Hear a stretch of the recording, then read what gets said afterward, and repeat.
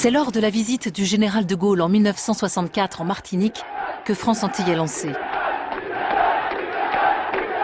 Le journal est mis en place par la volonté directe du gouvernement, avec un enjeu fort.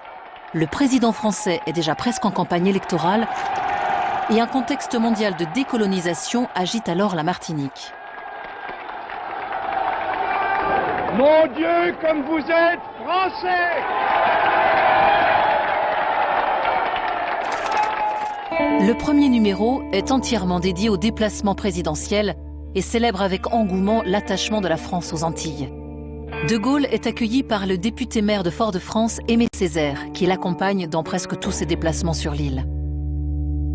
Dans cette première édition de France Antilles, pas un mot sur Césaire, pas une ligne sur le discours qu'il prononce. L'homme est pourtant incontournable. Il se bat pour l'émancipation des Martiniquais. Rien non plus sur les manifestants qui réclament plus d'autonomie pour leur territoire à l'occasion de la venue du général de Gaulle. Ce n'est pas ce petit groupe ridicule qui est là qui changera quoi que ce soit à la magnificence de cette manifestation. Vive la France! L'objectif est donc clair.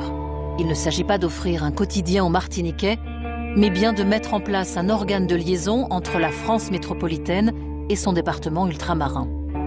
La ligne éditoriale de France Antilles se définit simplement. Porter haut la voix de son maître, la voix de la France. Les Martiniquais se rendent compte que leur terre est véritablement une œuvre française, une œuvre grande et belle que la France a créée de sa propre chair. Et ils lui sont reconnaissants qu'elle les ait instruits, éduqués, qu'ils aient reçu d'elle la liberté et la dignité humaine.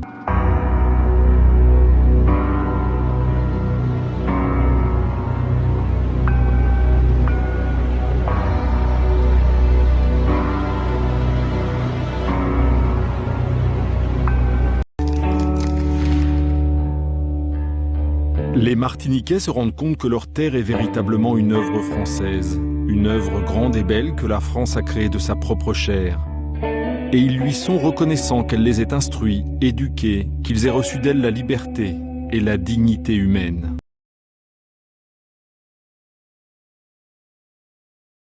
Les hebdomadaires et les mensuels, des journaux appartenant à des partis politiques, comme Justice par exemple, le journal du Parti communiste martiniquais, ou le Progressiste, lié au parti d'Aimé Césaire, se font écho des événements et des vents d'indépendance qui soufflent aux quatre coins du monde. À Paris, le gouvernement s'inquiète et souhaite verrouiller l'information. La décision est prise, un quotidien sera créé. France Antilles, très clairement, est née contre les idées d'autonomie et d'émancipation et d'indépendance. Ça, c'est aussi clair que cela. Même si par la suite, France Antilles est entré dans le paysage martiniquais, c'est une greffe absolument extérieure à la Martinique. Ce sera vraiment le journal officiel, en quelque sorte, qui dit la vérité, qui dit un petit peu tout ce qui se passe dans les communes, mais qui dit ce qu'il faut penser et dans quelle direction il faut aller.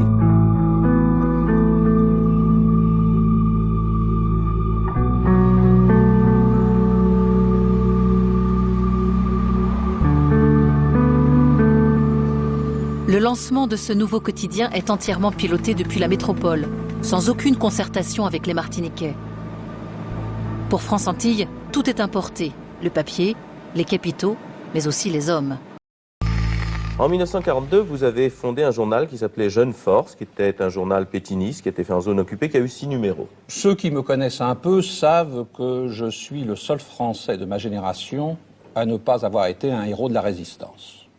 Bien. Ceci dit, c'est pour régler une fois pour toutes le problème de ma participation à la presse à cette époque. Oui. Voici... Je n'en parlerai pas davantage. Le général de Gaulle n'est pas du tout en faveur de cette espèce de parvenu, collaborateur, etc., etc. Et il commence par dire non, je ne veux pas de M. Hersant.